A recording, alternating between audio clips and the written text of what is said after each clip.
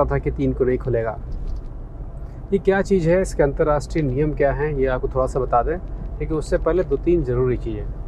पहली ज़रूरी चीज़ कि 1 अप्रैल को भारत सरकार को $1 बिलियन का कर्जा मिला है विश्व बैंक से कोरोना से लड़ने के लिए। भारत सरकार ने 1 दिन का लॉकडाउन रखा था। उसके बाद WHO से भारत सरकार ने कहा कि अगर लंबे लॉकडाउन की ज़रूरत है तो उसके लिए मदद की आवश्यकता पड़ेगी, और WHO के हस्तक्षेप से विश्व बैंक ने $1 बिलियन, ये होता है लगभग 75 अरब रुपया, ये मैं लिख दे रहा हूँ, हो सकता है कहीं लिखने में गड़बड़ हो जाए तो कहीं कुछ और बता दिए हैं। ये पैसा 29 मार्च के आसपास सैंक्शन हो गया था, जो कि 2 अप्रैल को भारत सरकार को मिल गया था। इसका मतलब ये है कि पैसा मांगते समय भारत सरकार को ये पता था कि अगर ये पैसा मिल जाएगा तो उन्हें अंतर्राष्ट्रीय लॉकडाउन के नियमों का पालन करना पड़ेगा। वो नियम थे 2 महीने का लॉकडाउन, उसके बाद 4 महीने का सोशल डिस्टेंसिंग। मतलब कि जब पहला लॉकडाउन हुआ था उसके बाद जिसको बढ़ाने के लिए पूरी प्रेस कॉन्फ्रेंस हुई थी, दिया मिसाल जलाया गया था, उस समय पता था कि लॉकडाउन 2 महीने चलना है। खैर वो तो अलग की चीज़ें हैं, लेकिन लॉकडाउन जो है फ़िलहाल उस नियम के तहत अगर मैं जोड़ता हूँ 30 मई तक तो चलना ही चलना है, और उसके बाद फिर ये अगस्त या सितंबर तक सोशल डिस्टेंसिंग के नाम पर जाएगा। क्या है उसके नियम, ये बताएंगे आगे चल के। लेकिन उससे बड़ी एक डिस्टर्बिंग खबर जो मेरे लिए डिस्टर्बिंग है, शायद आपके लिए ना हो, ये है कि एक किट घोटाला पकड़ा गया है। किट घोटाला क्या है? Rapid antibody kit. आपने सुना होगा कि चीन ने ख़राब किटें भेजी थी, उसको भारत में लताड़ा, और पूरी कहानी सुनी होगी आपने। वो लगभग कहानी में दम नहीं है। अब ये घोटाला क्या है, बहुत ध्यान से सुनिएगा।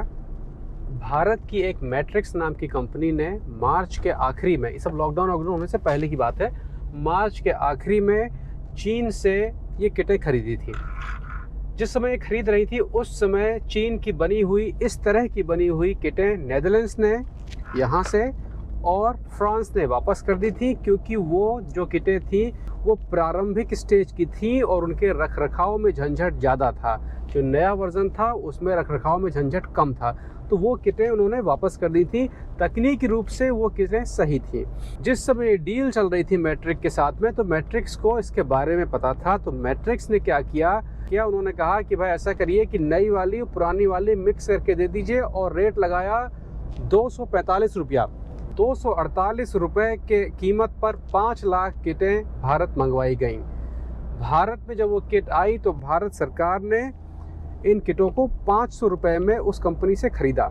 सुनने में लग रहा होगा कि इस कंपनी ने भारत सरकार को चूना लगा दिया, लेकिन हमेशा भारत सरकार या कोई भी सरकार जब किसी कंपनी से ख़रीदती है तो बीच में एक आदमी रखती है, बीच में कंपनी रखती है जो उनसे डील करता है, लेकिन उस कंपनी का कमीशन 10% से ऊपर नहीं होना चाहिए। जो आप घोटाले सुनते होंगे, यहाँ घोटाला हुआ, वहाँ घोटाला हुआ, यहाँ पर यही कंपनियाँ खेल करती हैं कि वो इतने में खरीदती हैं, फिर सरकार महंगे बेचती है, फिर जो उनके नेतागण होते हैं, जो महंगा वाला बीच का पैसा होता है वो निकाल ले आते हैं।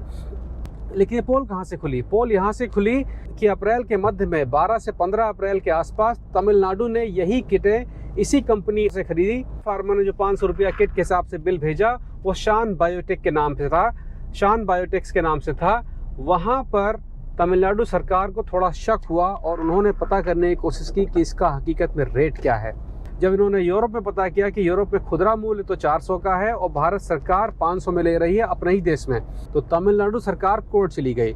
तो ये जब कोर्ट ने सारे कागजात हिसाब किताब देखे, कोर्ट ने साफ कर दिया कि भैया आपने चाहे इतने में खरीदा हो, जब अंतर्राष्ट्रीय खुदरा मूल्य 400 का है तो आप 500 कैसे ले सकते हैं? और ये एक आपराधिक कृत्य भी था। इसके चक्कर में मैट्रिक्स कंपनी को सजा भी हो सकती थी।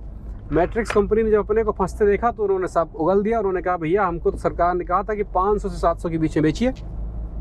कोर्ट ने सरकार से पूछा कि कैसे कहा आपने? सरकार ने अभी तक कोई जवाब नहीं दिया है। सरकार के पास ये विशेषाधिकार होता है कि जवाब दें कि बाद में दें, क्योंकि इस समय महामारी चल रही, तो उन्होंने इसको फिलहाल रोक के रखा हुआ है। लेकिन जब ये कोर्ट कचहरी चल रही थी, इतना झंझट हो रहा था, एक तो बार सुने आप कि इसके मामले में कोर्ट में कहीं गए थे? ये न्यूज़ कहाँ गई, क्यों नहीं बताई गई?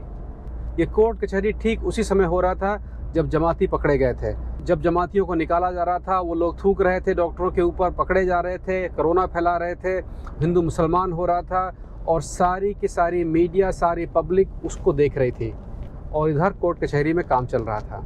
इसको अब आप क्या कह सकते हैं ये आप जाने, लेकिन ये समय बिल्कुल वही था। इसकी पूरी डिटेल जो मैं कह रहा हूँ, इसके तथ्य मैं फेसबुक पे डाल दूंगा और आप में से जो खोजी पत्रकार लोग जानना चाहें वहाँ से वो फाइल डाउनलोड कर लें, फेसबुक पे मिल जाएगी पापा ऑन ड्यूटी वाले पर। फिलहाल मामला कोर्ट में है, लेकिन चूंकि महामारी है इसलिए महामारी का काम पहले होगा।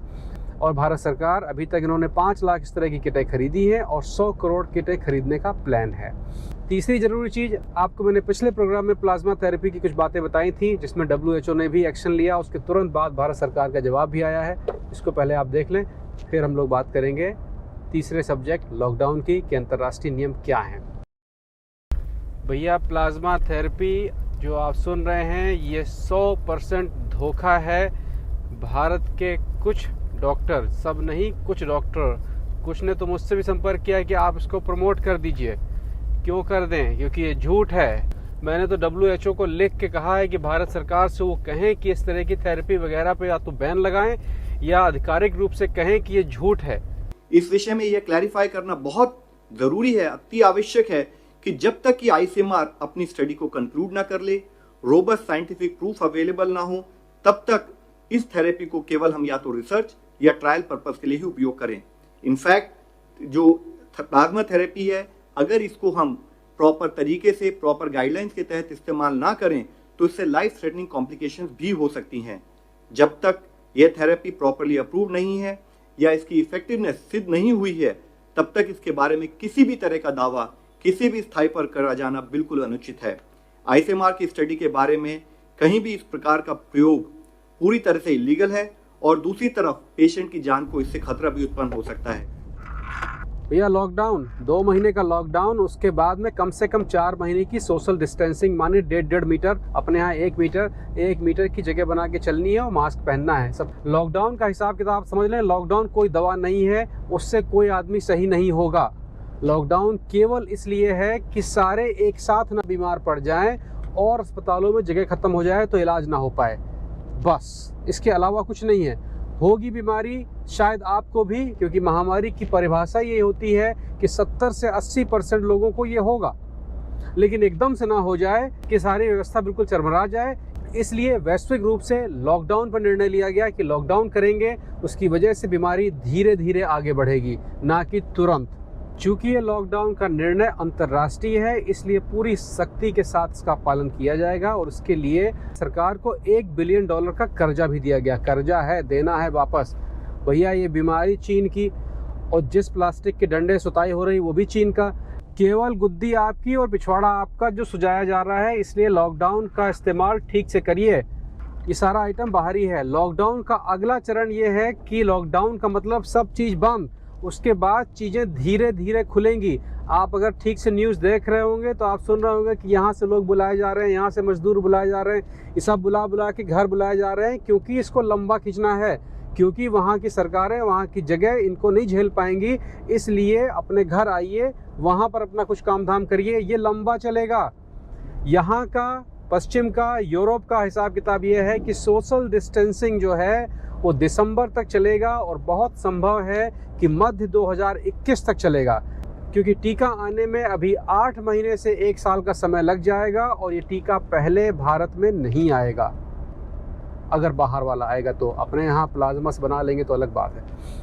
तो जब धीरे धीरे ये लॉकडाउन खुलेगा तो ये सोशल डिस्टेंसिंग की तरफ जाएगा। उसका मतलब ये है कि आपको अपने ग्राहकों के बीच में, रिश्तेदारियों के बीच में, पार्टियों में, सब जगह पर 1-1 मीटर का फ़र्क रखना पड़ेगा। वो कंपनियां जिसमें ज़रूरत से ज़्यादा लोग हैं उनको छटनी करनी पड़ेगी, वो कंपनियां जिसमें ज़रूरत से कम जगह हो वहाँ पर छटनी करनी पड़ेगी। तो इसके बहुत सारे नुकसान भी होंगे, फ़ायदे भी होंगे, लेकिन इसके फ़िलहाल नुकसान ज़्यादा होंगे क्योंकि इसके लिए हमारी अर्थव्यवस्था अभी उतनी तैयार नहीं है। इसलिए लॉकडाउन को गांठ बांध लें कि ये लंबा चलेगा, तैयारी पूरी रखें अपनी।